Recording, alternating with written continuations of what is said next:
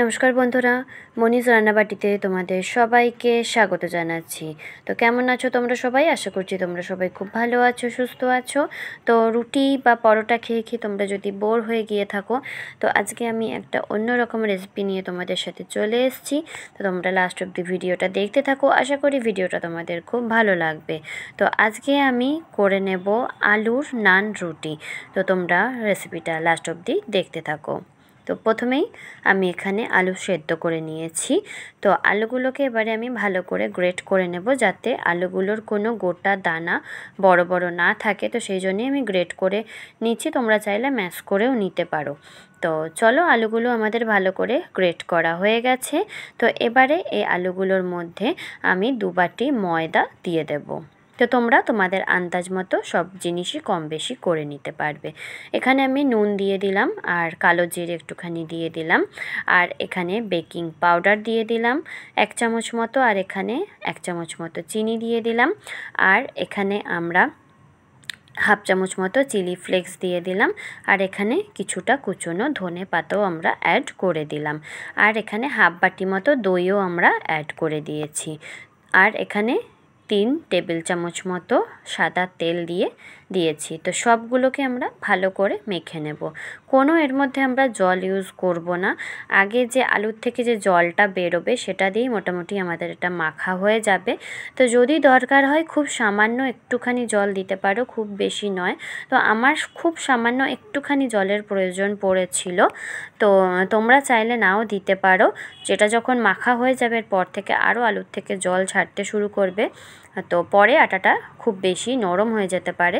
তো খুব সামান্য একটুখানি তোমরা জল দিতে পারো যদি প্রয়োজন বোধ করো। তো এটাকে আমরা ভালো করে ডলে ডলে আগে মেখে নিচ্ছি, ভালো করে ডলে নেবে।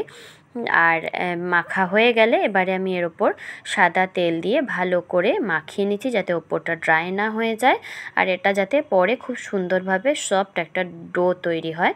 তো তার জন্যে আমি ভালো করে এটাকে মাখিয়ে এটাকে আমরা 10 থেকে 15 মিনিট মতো রেস্টিং টাইমে রেখে দেব। তো এটা 10 মিনিট 15 মিনিট রেস্টিং টাইমের পর আমি ফিরে এসেছি। দেখো এটা 10 মিনিট হয়ে গেছে।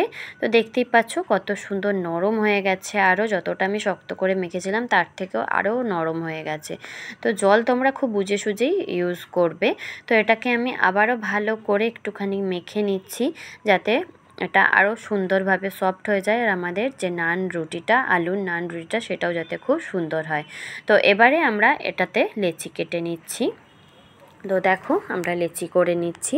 তো একঘেয়ে যদি রুটি পরোটা খেয়ে ভালো না লাগে, তো এটা একদিন করে খেতে পারো, একটু আলাদা রকম, ভালোই লাগে, খারাপ লাগে না, খুব ভালো হয়েছিল। তো অবশ্যই তোমরা ঘরে ট্রাই করো। তো আমার সব লেচিগুলো করা হয়ে গেলে এবারে আমি যে চাকি বেলুন সেটা নিয়ে নিয়েছি।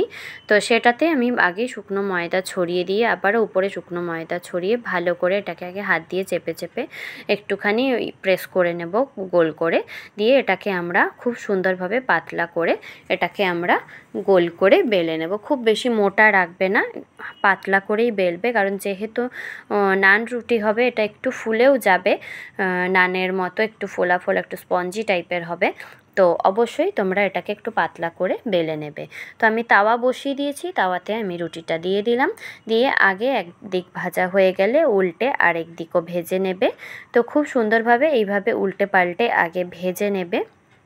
তো 2 দিক আমাদের ভালো করে ভাজা হয়ে গেলে এবারে এখানে আমি খুব সামান্য 1 চামচ মতো, 1-1.5 চামচ মতো আমি সাদা তেল দিয়ে দিলাম। তোমরা চাইলে এটা ঘি বা বাটারেও করতে পারো। তো আমি আজকে তেলেই তোমাদের সাথে করে দেখাচ্ছি খুব সিম্পলভাবে। তো তোমরা অবশ্যই ঘরে ট্রাই করতে পারো। তো দেখো খুব সুন্দরভাবে এটা, দেখো প্রেস করলেই সুন্দরভাবে ফুলে যাচ্ছে। তো এটাকে আমরা ভালো করে লাল লাল করে উল্টে পাল্টে ভেজে নেব। তো দেখতেই পাচ্ছ আমরা ভালো করে লাল লাল করে ভেজে তৈরি করে নিচ্ছি। তো ঠিক একইভাবে আমরা সব পরোটাগুলোকেই ভেজে তৈরি করে নেব। সরি, পরোটা বললাম, আলুর নান রুটি। তো তোমরা পরোটাও বলতে পারো, কোনো অসুবিধে নেই। তো সবগুলোকে আমরা এক এক করে ভেজে তুলে নিচ্ছি। তো তোমরা কে কোথা থেকে ভিডিওটা দেখছো আমাকে অবশ্যই কমেন্টে জানাতে ভুলো না। তো তাহলে আমি তোমাদেরকে ধন্যবাদ জানাতে পারবো। কে কোথা থেকে আমার ভিডিওটা দেখছো আমাকে জানালে। তো দেখো, তোমাদের সাথে কথা বলতে বলতে আমার প্রায় সব পরোটাগুলোই মোটামুটি ভাজা হয়ে যাচ্ছে।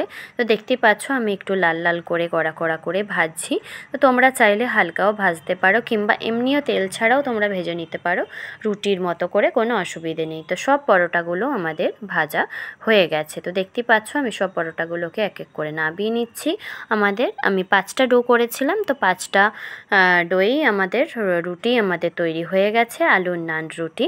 তো দেখো কতটা সুন্দর, কতটা নরম হয়েছে। তো আমি তোমাদেরকে দেখাচ্ছি মুড়ে কতটা সুন্দর, কতটা নরম হয়েছিল। খুব টেস্টি হয়েছিল খেতে। একবার হলেও ঘরে ট্রাই করো। আর যদি ভালো লাগে তাহলে অবশ্যই চ্যানেলটাকে like, share, comment and subscribe করে পাশে থেকো।